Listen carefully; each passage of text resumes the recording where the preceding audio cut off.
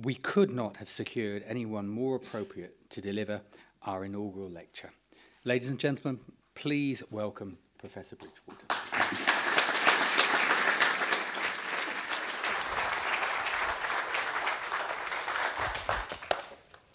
Well, thank you, Minister, and ladies and gentlemen.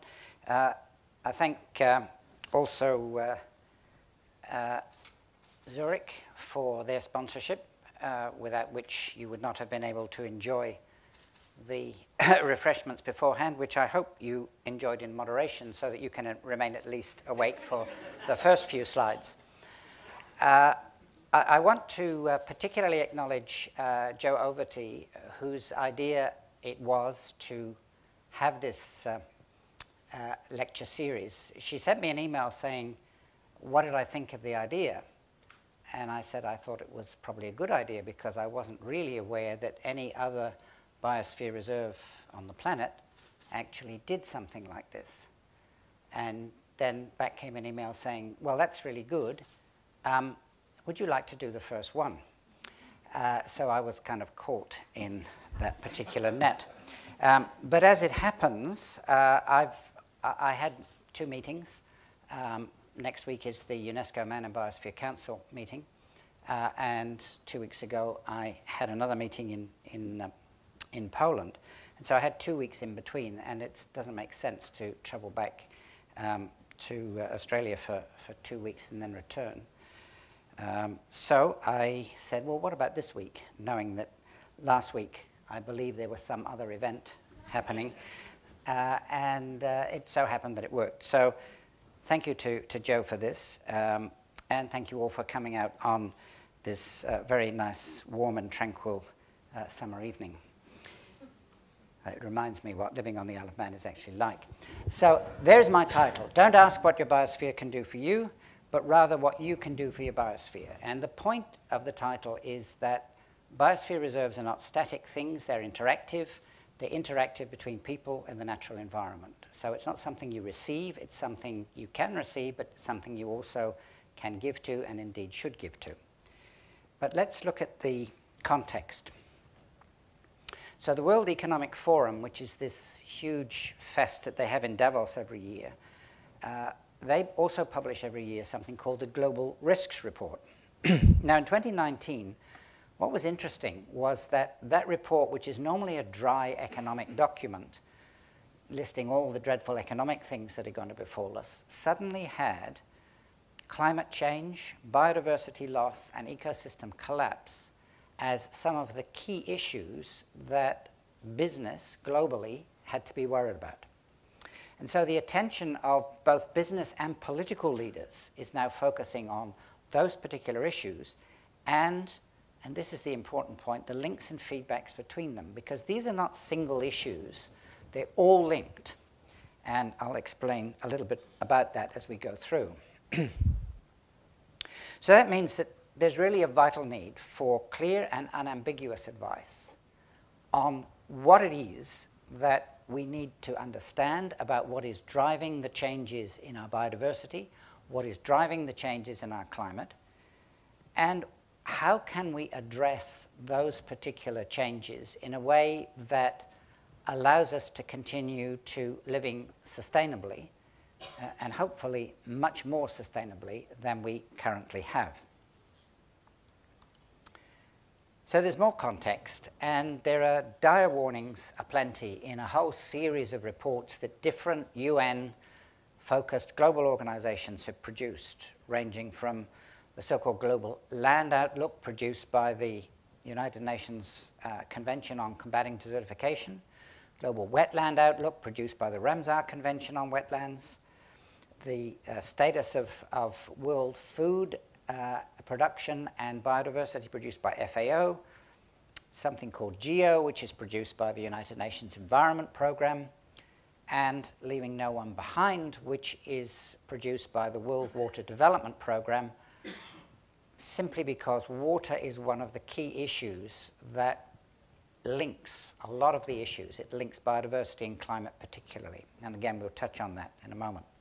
So there are lots of these publications that have been produced over the last 3 years or so that all are giving similar messages, that we are not in a comfortable position.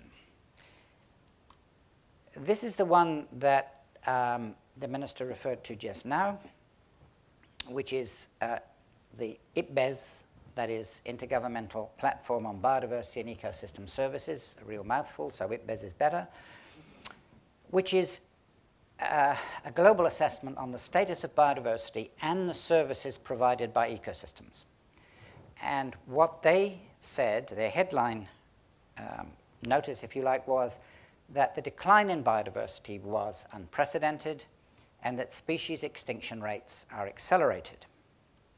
And in particular, the headline that was extracted from the report was that 1 million species are threatened with extinction within the next few decades.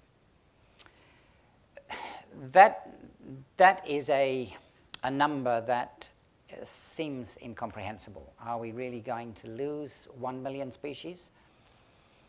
And the answer is probably no, but it's a warning that unless we do something to change the trajectory of the way we live, then we are going to face the loss of a number of other organisms with which we share this planet. The problem, I think, is that when I saw the report with 1 million species facing extinction, I knew exactly what headline would appear, and it appeared in all the newspapers. It even appeared in the leading science journals, Science and Nature, and none of the other messages in the assessment really cut through, which was a pity, because while there were messages about the level of concern, there were also messages about things we could do. One of the issues was that we needed to engage with what they call transformative changes, which means really rethinking the way we live and work with the rest of the biodiversity that lives on the planet. And I use the rest of very, very importantly, because we are not different from the rest of biodiversity. We are part of biodiversity. We are not a part from it. And that really is one of the core messages of what a biosphere reserve is all about. It's us and the rest of nature, not us and nature, as if nature is somewhere over there different from us. And it's that kind of mental divide that I think has been, over the last couple of 100 years, increasing in the mind of civilizations around the world. We need to break down. We are part of nature. So some of the positive things that it had to say was that if we had looked at a range of, and the report looked at a range of scenarios, what ifs, we did certain things, and a number of them were pretty bleak, but they were unlikely to happen.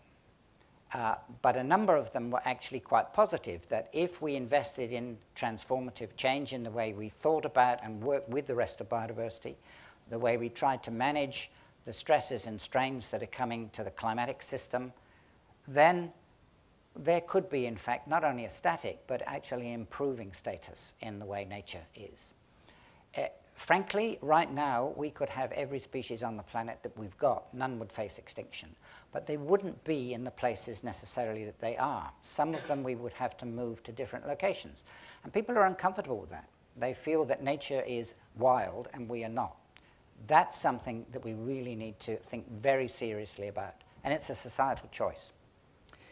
The other interesting feature that they identified was that, in fact, many organisms are undergoing evolution much more rapidly than we thought was possible. It's traditionally assumed that evolution takes place over millions of years, very slowly, and so on. That's not true. It happens quite quickly. And here's a positive sign of the mess that we're in, is that under conditions of environmental stress, that evolutionary rate ticks up. So while it's not desirable to put more environmental stress on the planet, it's not necessarily going to be totally negative. There are positive things that can come out of it. But it requires us to think carefully about what we do, more carefully than we do at the moment. Another thing that is not apparently obvious for the Isle of Man, but I'll mention it anyway, is that much of the world's biodiversity is actually now in lands that are owned and managed by the world's indigenous peoples. And that includes the many indigenous areas in Australia, with which I'm quite familiar. And it's really important that we understand that the way of life of indigenous peoples has enabled that biodiversity to continue in a way that the way of life that the tracks that we've gone down, not just here on the Isle of Man, but all over the world, has actually made that more difficult. So we need to rethink and relearn some of those techniques and ways of thinking that indigenous peoples and local communities have done. But in fact, if I translate that to the Isle of Man, the total knowledge in the farming community is actually really important in terms of how long-term the biodiversity that's inherent in the Manx landscape, which is a very important landscape, by the way, can be continued. So even on the Isle of Man, although we don't necessarily see people as indigenous, there are different sectors of our community that have a lot of knowledge that can contribute to our successful survival through into the next decades. And finally, that how we manage this, the governance of all of this, is not just about laws. In fact, it's less about laws and more about policies that the community and the business sector can understand and get behind and move on. So what do all those global things have to do with the Isle of Man Biosphere Reserve? Or you in the audience, is there anything that you can do? Well, this is a take of an old poster. And as a special place for people and nature, your biosphere does need you, just as you need your biosphere. So it's a two-way process. It's, again, don't think of it as being something over there you can visit on a Sunday afternoon and go home again. It's always there, and you need to think about it as being always there. I think biosphere reserves can best be thought about as conversations. Conversations between people, conversations between nature, and conversations between people and nature. So looking obliquely at the global sustainability development debate, how do we actually, or in fact, is sustainable development a reality? Can we develop sustainably? Those of you who may remember the Yes Minister series, you could imagine Sir Humphrey saying to the minister who says, Sir Humphrey, we need sustainable development. And Sir Humphrey would say, yes, Minister, but you can either be sustainable or have development. And that's a really important point to think about. But we can actually have sustainable development, and we need to. We're not going to, unfortunately, stop growing. I wish the human population would stop growing. But unfortunately, we're living longer, and we're not producing any less. So we need to promote, essentially, as I say here in the slide, new thinking and new ideas and new energy in that particular kind of debate. We need to have those conversations. At government level, the sustainable development debate, I think, has failed to engage. And I'm not talking just about the Isle of Man government. I'm talking globally. All governments are guilty of this. They sign up to documents which say, yes, by 20X, we'll have done this and this and this. And the problem is that those things don't necessarily happen because of unforeseen circumstances. And so unrealistic aspirations are not particularly helpful. Aspirations that are realistic and aspirations that are necessary are helpful. But aspirations that are neither of those things, are in fact unhelpful and then lead to disappointment, resentment, and annoyance. And that's not what we want. Because if we're not working together, we're not going to solve these issues. Besides government, of course, there's the second and third sectors that are in fact becoming much more energized. This event, partly sponsored by Zurich, for example. There are many other partners in the associated with the biosphere, Isle of Man Biosphere, and that's again something that is unique in terms of biosphere reserves across the world. You really have a very special thing here. When I looked at the bus timetable, yeah, I'm a geek, so forget that. When I looked at the bus timetable to see what new changes had been made since I was last here, I noticed that several advertisements in there actually had the Biosphere Reserve logo. And this is the kind of message, this subtle message, if you like, that needs to keep on coming through. We need to talk to each other. You need to talk to your neighbors about this event tonight when you go back. if you're on talking terms with your neighbors, which you know always are. So here's I'm a scientist of sorts, so you have to have these kind of diagrams. Here is Biosphere Reserves. So what do they actually do? When we break it down, there are some really key things. They actually spread our culture. And I have this really very high because we actually forget about this aspect of Biosphere Reserves. We forget, in fact, about this aspect of our lives. Culture is absolutely important. One of the key things in the island is the regeneration of the language. Slow but sure. I should have said faster my, I'll say it now so that I can show that at least I know 2 words. And that's actually really important because language encodes all kinds of things. It's not just about talking to each other, it's about encoding our culture. And our culture is inescapably linked to our landscapes. Biosphere reserves feed us. The island, as a whole biosphere reserve, has an important role in providing food for the island. And the more people are seizing on, let's live within the Manx boundaries, let's produce Manx things, that's great, and that's part of that thing there. They keep us healthy. Not necessarily in obvious ways, but there is more and more evidence now that green environments are really important, not for physical health, but for mental health. And the stresses and strains that are coming from the current societal pressures mean that mental health is coming under a lot of stress. And having a green and healthy environment means that you're going to have a green and healthy population. And here's the one that people think biosphere reserves are about, making room for nature. But it's only one of the elements. It's only one of the elements. And here are some floating things. Energy, that feeds into all this. Climate change, this kind of demon that we're dealing with. And water. Water is, of course, key to everything. If we don't have enough water, then we're in deep trouble. Some things you may not know, but Sydney, which people think, okay, it's a nice Australian city. Most people think it's the capital, which of course is complete nonsense. If it were the capital, it wouldn't function. But Sydney has now 2 desalination plants in operation. Think about that. Desalination plants for Sydney, because the dams are not full enough. The climate is changing such that from time to time, they don't have enough water for Sydney for a foreseeable future. So they have to fire up desalination plants. And it's not just Sydney. I just use that as an example that I happen to know. So again, these lines, you don't need to worry about them, the detail. The lines are there to show a few of the connections that are there. And it's this connectedness that A, we need to conserve and manage and keep, and B, understand much more. That we can't just say, okay, we can't just say we want to be healthy, so what does that mean?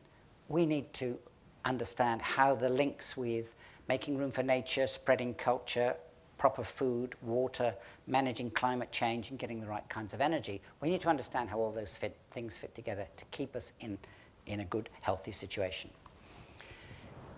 If we look at Biosphere Reserve centrally here, the green economy is something that is being talked about. Other terms are, for example, circular economy. It means the same thing. It means changing our economic paradigm from simply a one-directional economy to a multi-dimensional or even a fully circular economy. And biosphere reserves can be important in that too. But feeding into biosphere reserves and linked with them are the Sustainable Development Goals, which you may have heard about. There are 17 of them, and I'll touch on them, some of them in a moment. And international environmental conventions. Now, the Isle of Man, through the good offices of the UK, extending the UK's membership to the Isle of Man, is party through that mechanism to a number of the key conventions.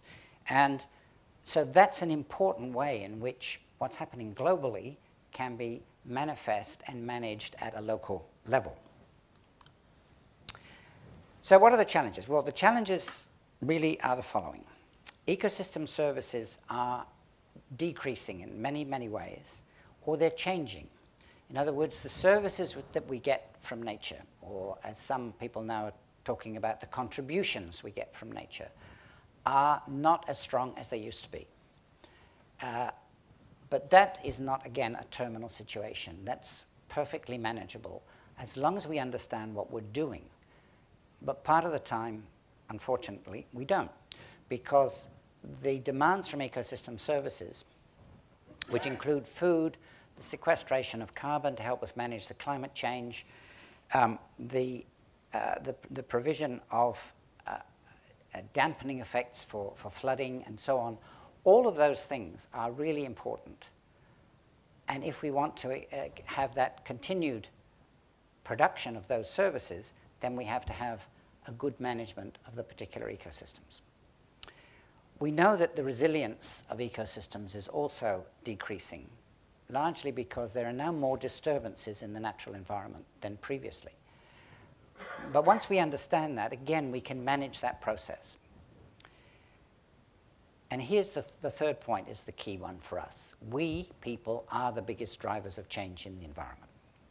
And we cause most changes in the ecosystem. So knowing that can either induce guilt and horror and make us go away and sulk in the corner, or make us think, actually, we're causing that, therefore we can uncause it. We can do things differently, and we can manage our ecosystems in a better way to produce the services we want. Not just for us, though, but for the rest of nature. Because if we don't have that balance, then again, we are, of course, unbalanced. And ecosystems are complex, and our knowledge is incredibly still limited. Despite all these global reports, we're still only scratching the surface of how we understand the natural world works. And the problem with programs such as those produced by Sir David Attenborough is you get lulled into a sense of false security that everybody knows everything and here's this wonderful thing. But actually, no, that's a nice visual uplift, but there's a hell of a lot that you don't know behind the scenes. And we still don't know those things. And there's no best practice. There is actually no best practice. We're learning as we go along. We're in the 21st century, and we're still learning this stuff. And we need to adapt our management to local situations. On the island, this is actually relatively easy to do because it's self-contained. And so in one sense, the Isle of Man is a really good laboratory to do some interesting things without them getting out of kilter and producing a longer-term, more sustainable environment. And finally, managing in an adaptive way. That is, if you do something and you see that it's actually not doing what you want to do, but something that you didn't want it to do, you step back, you understand why it's done that, and you then go off in a different way. So adaptive management is really an important part of the whole process.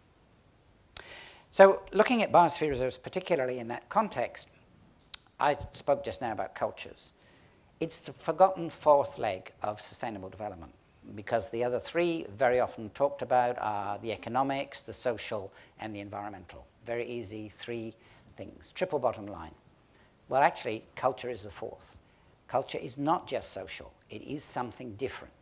And we need to recognize that, understand that, and build it into how we think about the Biosphere Reserve.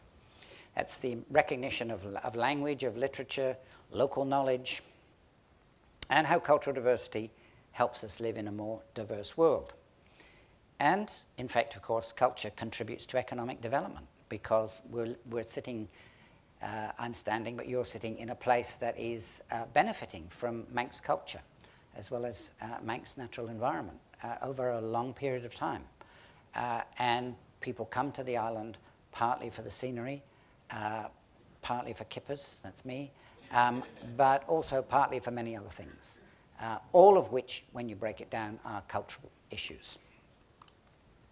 They feed us. We can, in biosphere reserves, think about the food that comes from the land. Can it be produced in a better way? Can it be produced maybe in some so-called greener way? But we shouldn't forget things like aquaculture and mariculture. The demand on the resources from the sea everywhere is becoming ever more great. And now one response to that is the creation of ever more marine protected areas. Michael Gove, 2 weeks ago, nothing to do with anything else, I'm sure, unleashed 36 new marine protected areas around England, because that's the only jurisdiction he actually has. Although he claims to be the Secretary of State for the United Kingdom, it's actually England that he can do anything. That was interesting because a whole lot of those marine protected areas were a little bit contested by some people. And unless you've actually got everybody on your side, creating a protected area is not necessarily the right way to go. You need to think about what is that going to do, and do I have all the stakeholders involved? Because if you don't, then they won't work effectively. But agriculture is linked with nutrition, and again, you come back through that link there to culture. Balancing land and water use with agriculture, including the rest of nature. So the landscapes in the Isle of Man are special because, in a sense, they're the landscapes that have now been lost, in particular in most of England. And that's something to treasure and keep within the context of the Biosphere Reserve. I know there are always pressures, but that's where a lot of the diversity of the island actually resides. And then looking at different economic models of agriculture at different scales. It's keeping us healthy, promoting wellness. There's a UN program called EcoHealth, One Health. And this is looking at new programs on how ecosystems and human health particularly are well linked. We talk about ecosystem health, or some people talk about ecosystem health, but that's actually a bit of a furphy. You can't say whether an ecosystem is healthy or not. That's putting a human context on something which is actually growing, moving, changing all the time. That's what ecosystems do. But we, as humans and one species, can respond in our health issues, both physically and mentally, from good functioning ecosystems. And links between health and nutrition, and links between nature, culture, and human well-being. The making room for nature. As I said just now, that's something that is often thought of. This is what the Biosphere Reserves do. It's all about nature. It's about making sure that there are enough plants for the bees to feed on, and so on and so on. It's one element of Biosphere Reserves. It's not the only one. It's an important one, but it's not the only one. And so the issue there is making room for nature. We've got nature in the countryside, but what about nature in Douglas, Peel, Ramsey?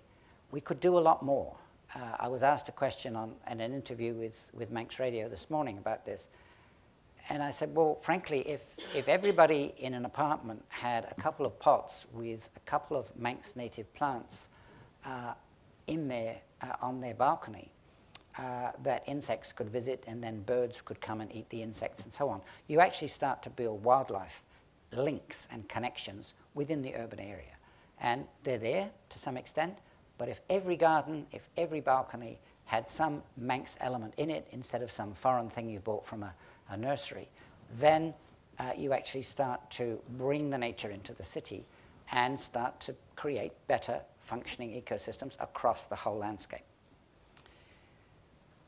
And then delivery of ecosystem services through better valuation and economic understanding. Some people recoil from the fact that we shouldn't have anything to do with economics and ecology. These two things are surely separate.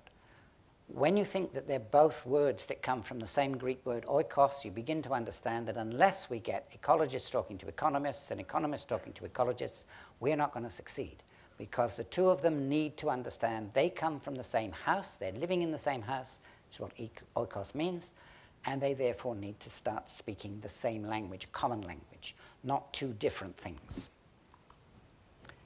So, what's the ideal global outlook? Well, the outlook should be more energized and focused global approach to sustainable development. And that means across all the 686 biosphere reserves around the world, including the Isle of Man. That outcome has to be related to the UN in global progress, those conventions I talked about, and to developing this so-called green economy. It should also reinforce the achievements that the conventions make, the multilateral environment agreements, like Climate Change One, the biodiversity one, and so on. They're the perfect vehicle through which governments of whatever kind can deliver the commitments that are sometimes made in those conventions. We can have a long discussion about whether the commitments mean anything or not. That's a separate issue. But there are commitments that are made, and how they're delivered, the perfect framework is the Biosphere Reserve. And finally, they contribute in a real way to better environmental futures through community engagement. The only way we will have better environmental futures is if we have better community engagement. We cannot continue the dissonance between community at large, who think nature is over there, and the nature which is then suffering because it is not in contact and in context with the local population. And I say hello tomorrow if we can do that, which is borrowing an Emirates tagline, so I'm not sure I should do that, but anyway. Sustainable Development Goals, I mentioned these. There are 17 of them, but there are 4 that are really important in the context of Biosphere Reserves. Clean water and sanitation. I'm sure you can understand clean water. You think, that's sanitation. There's still over 1 billion people that do not have sanitation in the world. Just think about that, 1 billion. That's the population of China, although most Chinese do. Climate action, that's number 13, which is building on what the Convention on Climate Change is doing, but broader than that. Life below water, which if you're a freshwater fisherman, you can be disappointed. This is actually about the sea. And then life on land, which is terrestrial and freshwater. So these 4 Sustainable Development Goals have a series of indicators which governments are supposed to measure as they get towards 2030. Are they reaching those particular targets? Again, there's a plan of action for global biosphere reserves, including the Isle of Man, called the Lima Plan of Action because it was developed in Lima, Peru. Everywhere, I think every capital city on the planet now has the ambition to have its name in front of some plan of action somewhere. But this, unfortunately, soon forgotten. This one hopefully won't be because it's got a 10-year life. And it has an SDG focus. In other words, when you're looking at what your performance is in the Biosphere Reserve, how well are you doing, you can say, well, how well are we doing in terms of clean water? How well are we doing in managing our water resources, to phrase it another way? How well is the Biosphere Reserve helping climate actions? How well are we doing in the marine environment? How well are we doing in our life on land? There are other goals which give a different framework, but I just mentioned some of them. Zero hunger, which links to the nutrition one. Good health and well-being links to the health I mentioned. Affordable and clean energy comes in again. And then sustainable citizen communities. Well, Douglas does not yet look like this, but the sustainability of Douglas is important. How sustainable is it? And I mentioned just some simple ways just now as to how it could be more sustainable and more linked. And finally, the 17th goal is about partnership. And partnerships are, of course, exactly what Biosphere Reserves are all about. You need partnerships to make the Biosphere Reserve work. The fact that we've got business people here tonight, as well as government officials, as well as all of you from the broader community, this shows how that general unanimity, how that general reinforcement of objective between all those different parts of the community can work well. So, briefly, looking at a couple of the other issues that I mentioned on the way through, how do Biosphere Reserves help us link to the Convention on Biological Diversity? The Convention identifies a common problem, that there is a lot of change in biodiversity, some of which is quite negative. In other words, if you go back to the 1 million species going to be extinct, whether that's an accurate figure or not doesn't matter. There are some species losses unless we change our ways of thinking.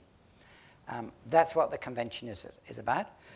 But many people think, oh, there's a Convention on Biological Diversity, I don't need to do anything else, it's all going to be sorted. Well, it's not going to be sorted because while there's a global convention which produces guidelines and ideas and goals and targets and all kinds of wonderful things, unless member countries deliver them, nothing happens, nothing changes. So it's about delivery at the local level.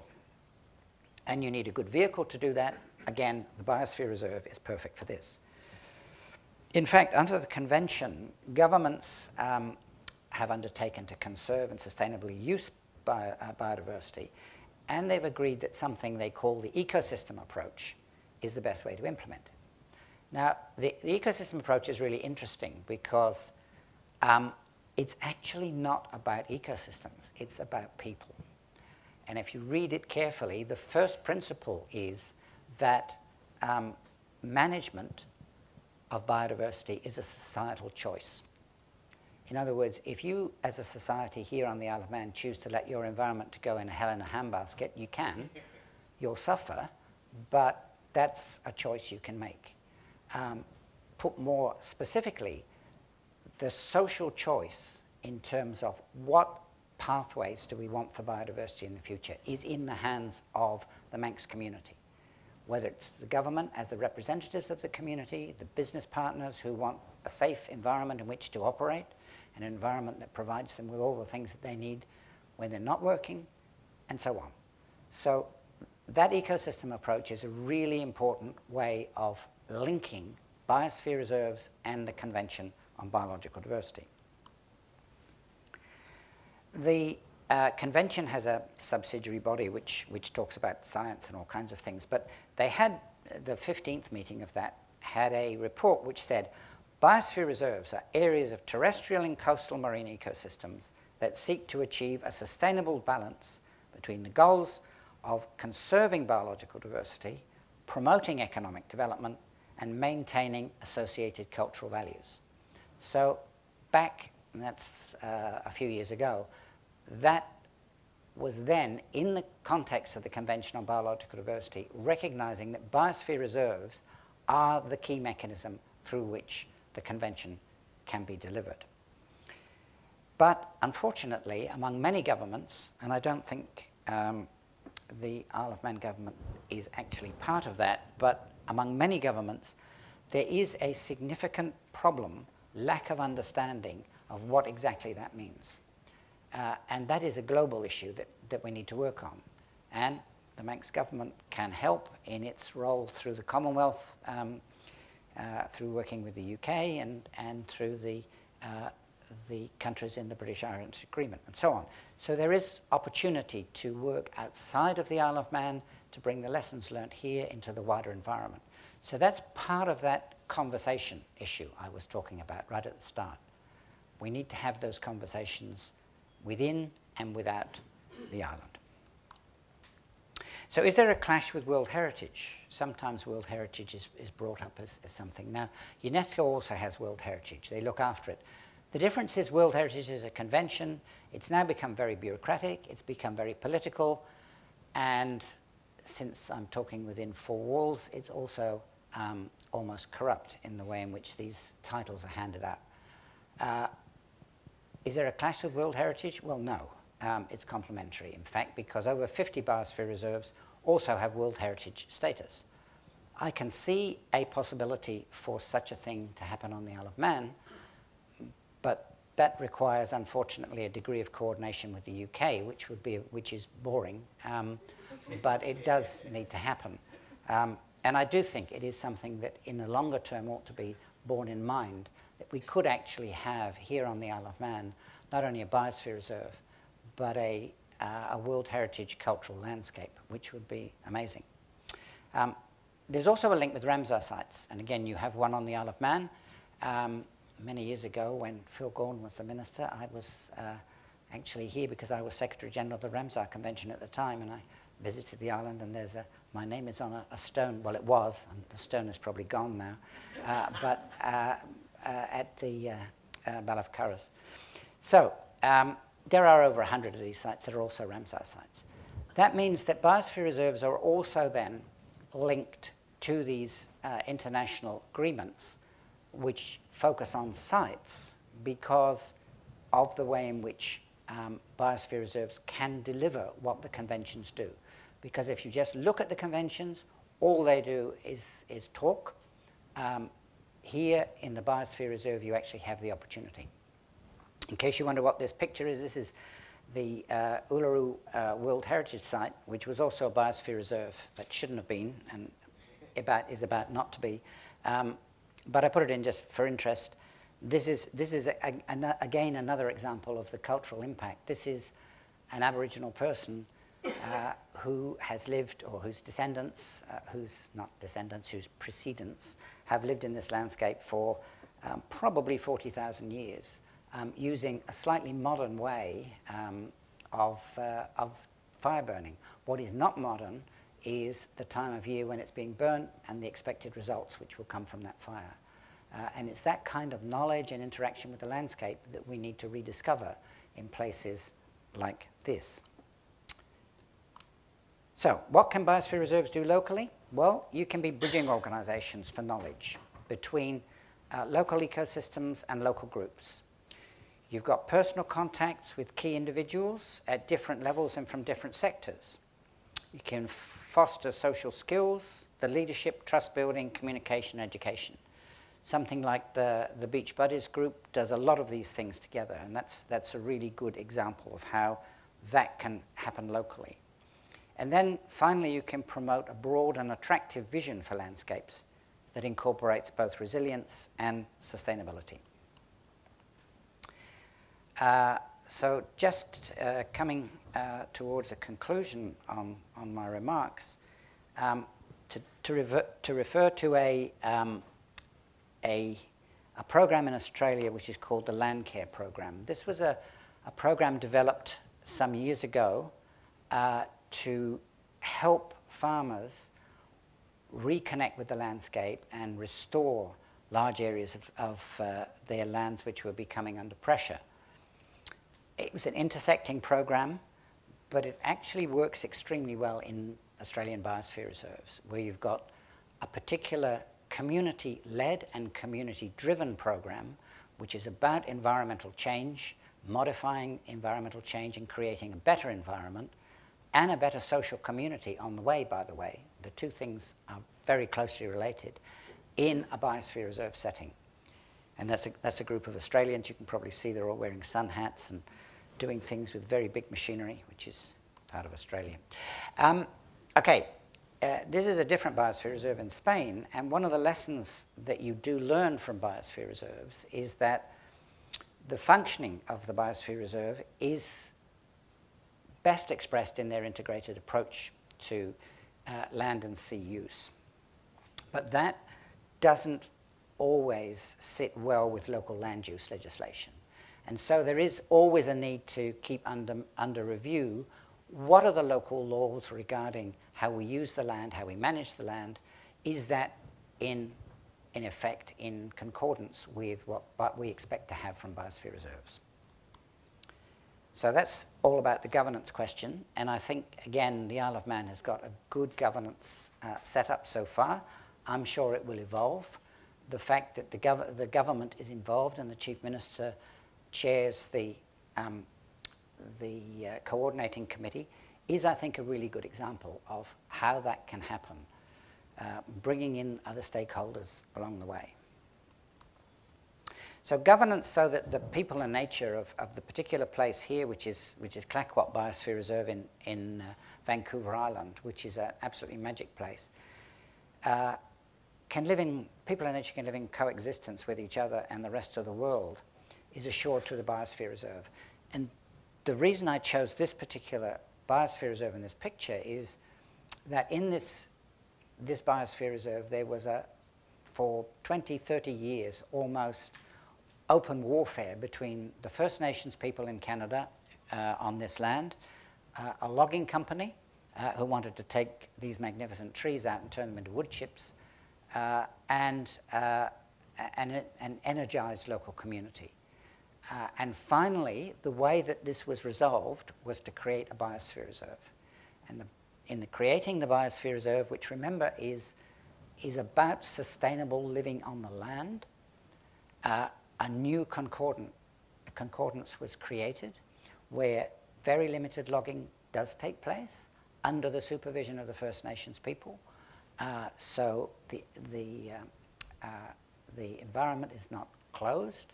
It is used, but in a sustainable fashion, and as in all biosphere reserves, a substantial portion is in the core area, which means it is, in a sense, a protected area. Although I'm increasingly nervous about the term protected area, because when you look at what is happening with climate and everything else, nothing can really be protected. It can be managed, but not necessarily protected. So this is a really good example where Biosphere Reserve comes in and actually provides a solution. And it's been a very good success story since that time. People and nature is a great slogan, but that's how you need to see it in action. And again, this is a Biosphere Reserve in Australia, Nusa Biosphere Reserve. The farmer here realized that his forebears, and indeed his actions up until about a decade ago, were not helping this rather steep terrain be managed effectively. And instead, what he's done now is started to revegetate it. And there are more and more examples in biosphere reserves around Australia where this kind of practice is taking place. I'm not saying you have to do this on the Isle of Man, but this is just another example of people waking up to the fact that they're living in a special place and they can do things slightly differently from the way in which they've done them before. It's not that he doesn't farm still, but it's done in a very different way, and there's a restoration element to what he does in the landscape. So finally, we should, I think, take the biocultural challenge, which was given in the Lima Plan of Action, to use biosphere reserves as part of what I say reconciliation with ourselves as one species, because we're not all that uniform sometimes, and nature itself. Biosphere reserves can help us manage our nature better, but they can also help us manage our social fabric in a better way if we all take that chance. So, gurmayad to Zurich and UNESCO Biosphere Reserve, and you, the audience, for coming in and listening. Thank you very much.